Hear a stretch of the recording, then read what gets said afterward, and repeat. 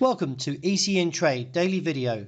Before we begin, it should be noted that any advice is of a general nature only and that your personal circumstances have not been taken into consideration. Hello everyone, my name is Rob Clayton and thank you for joining me. Well, another whipsaw price action as the Australian dollar now looks towards the top side of its range, somewhere around 71.25-75 area, which is, I feel, is still a bull trap and therefore could see the market turn sharply away from there. Given the fact that the MACD is still quite heavy in negative territory, I'm a little bit swayed to feel that the bulls are likely to get in a bit of a sticky position there and see the market turn back towards 70.90, and a break there could see a deeper retracement towards 70.35.45.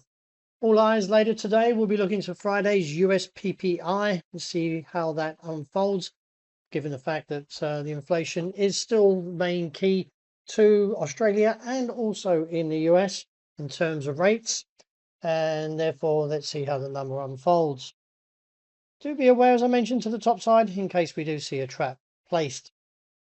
The euro not as strong, still playing its grinding motion towards the upside, but contained by the resistance around 118.35. Even if we see a break there, I still feel it's going to find a little bit more trouble up towards 118.65, as the risk is still towards the downside, where this support level is seen around 117.20, 25, and reassess in case we get a rejection from there. Another bearish day unfolding for dollar yen as it backs away the 156 area and now looks down towards the region presently at 155.45, maybe even scope of lower down towards the bottom side of 154. I like the way this market has broken down once again. A bull trap could be in place and therefore see that move and tumble all the way, and there's still a base around that 151 area. Turning to sterling, an engulfing candle that hasn't produced a confirmation as of yet.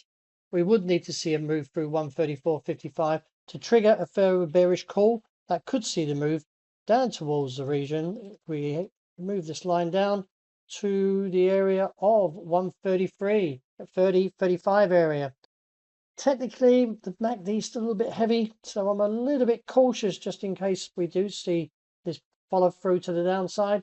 Any upside move capped around 135.65.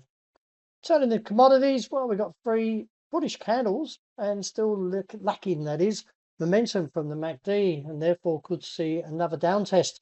But safe haven demand is still continuing to build on demand, that is, and therefore maybe another shallow pullback.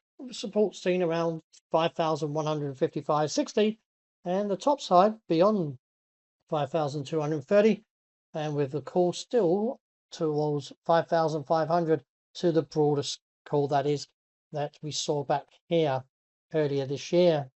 Oil still looks a little bit to the heavy side after that whipsaw price action and engulfing candle. That could see a weaker play, but nevertheless, still take note that it did challenge that bottom side of the range around 63.80 and was rejected.